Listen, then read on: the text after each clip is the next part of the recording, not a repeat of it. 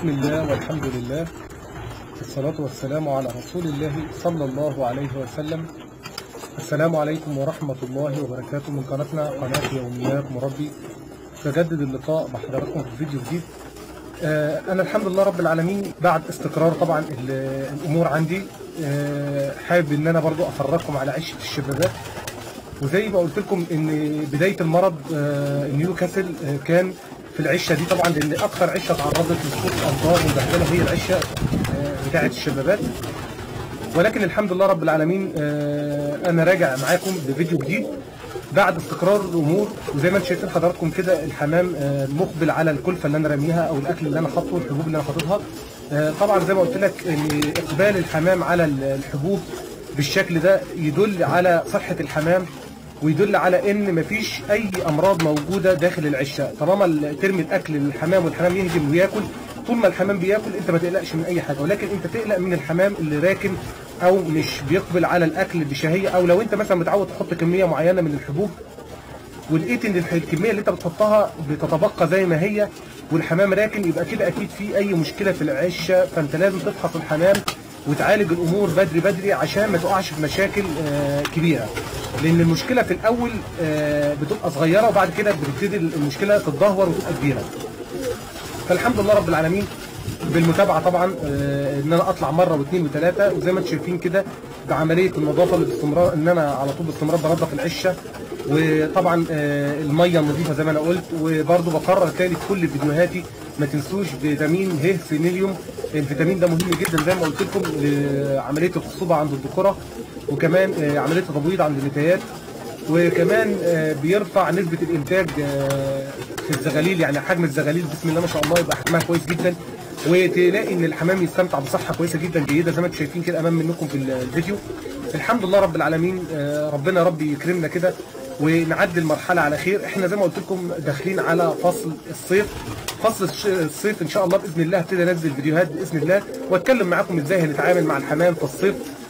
طبعا انا اتكلمت الكلام ده كله اكيد في فيديوهات سابقه، ولكن بنرجع نذكر بعض تاني بالكلام ازاي نتعامل مع الحمام في الصيف. بيبقى عكس الشتاء اطلاقا، الشتاء ليه نظام وفي الصيف ان شاء الله باذن الله ليه نظام تاني بنبتدي نتكلم مع بعض. ولكن انا زي ما قلت لكم في قناه يوميات مربي، حابب ان انتوا على طول لحظه بلحظه تبقوا متابعين الحمام عندي ومتابعين فيديوهاتي اكنكم موجودين بالظبط معايا. يعني انا بحس ان انتوا فعلا قاعدين معايا وبتشاهدوا معايا الحمام وبتلاحظوا معايا الامور في العشه اول باول. وبكده ان شاء الله باذن الله نكون احنا الحمد لله رب العالمين وصلنا لمرحله كويسه جدا. وطبعا زي ما قلت لكم الاهتمام بالنظافه، الاهتمام بالفيتامين، الاهتمام بالاكل، بالتغذيه السليمه.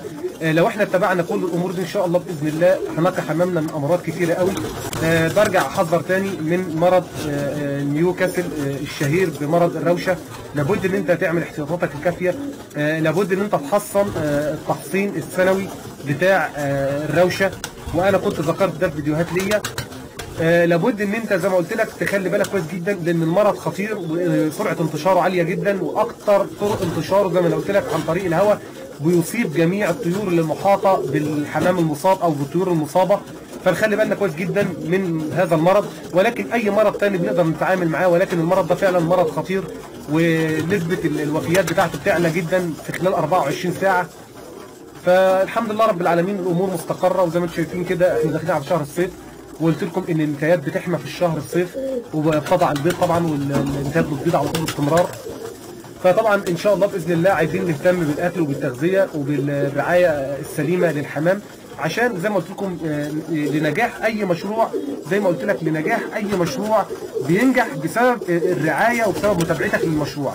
لو انت اهملت في المشروع طبعا المشروع بتاعك بيفشل.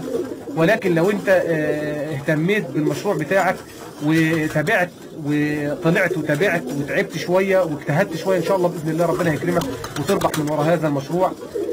يا رب تكونوا استمتعتم معايا في الفيديو. هو فيديو صغير بسيط، ولكن زي ما قلت لكم انا حابب ان انا زي ما وريتكم سقوط الامطار والبهدله اللي انا اتعرضت لها في الفتره دي. بحب دلوقتي بعد استقرار الامور عندي في العشه احب ان انا افرجكم على شكل الحمام وعلى وضع الحمام في العشه. ما تنسوش دعمكم لقناتنا قناه يوميات مربي. الشباب اللي لاول مره يشوفوا القناه بتاعتنا يفعلوا الجرس عشان يوصلهم كل جديد من الفيديوهات اللي انا بقدمها الجديده في قناتي. زي ما قلت لكم لايكاتكم بتسعدني، لايكاتكم بترفع من شأن الفيديو، بتعلي من شأن القناه.